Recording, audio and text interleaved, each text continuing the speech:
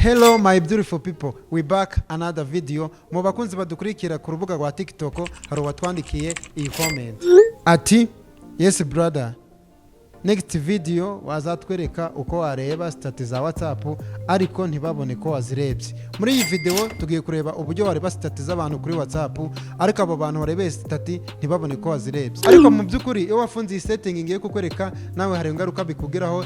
Iyi ngaruka ndayikwereka video igiye kurangira. Fata telefone yawe nkwereke uko wabigenza. Uraza muri application ya WhatsApp bisanzwe, ujye hano kuri tutudomo dutatu, ujye muri setting, ujya hano muri privacy, ufunge aka kantu uri kubona kumwe rugafunguye, ugafunge ukagira turn off.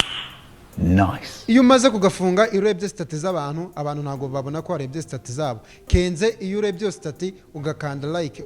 Urabizi like kuri WhatsApp ni featuring WhatsApp iherutse kongeramo vuba mu gihe urebye stati y'umuntu nimba uyikunze ukayilikinga. Wowe ingaruka bikugiraho ni iyihe rero? Ntugire ubwoba, nta ngaruka yadanje bikugiraho. Mu gihe wakoze sira setting nawe igihe wakoze stati umuntu kurebeye stati ntago wabasha kumubona. Kenze nawe iyo akanze like. Reba nk'urugero uko stati zawe ziba zimeze iyo wafunze karakantu. Ujya kuri stati zawe nubundi ugasanga nawe zirafunze, kano kajisho ko kureberaho abantu barebye stati zawe ugasanga gafunze, ukaba utabasha kureba abantu barebye stati zawe.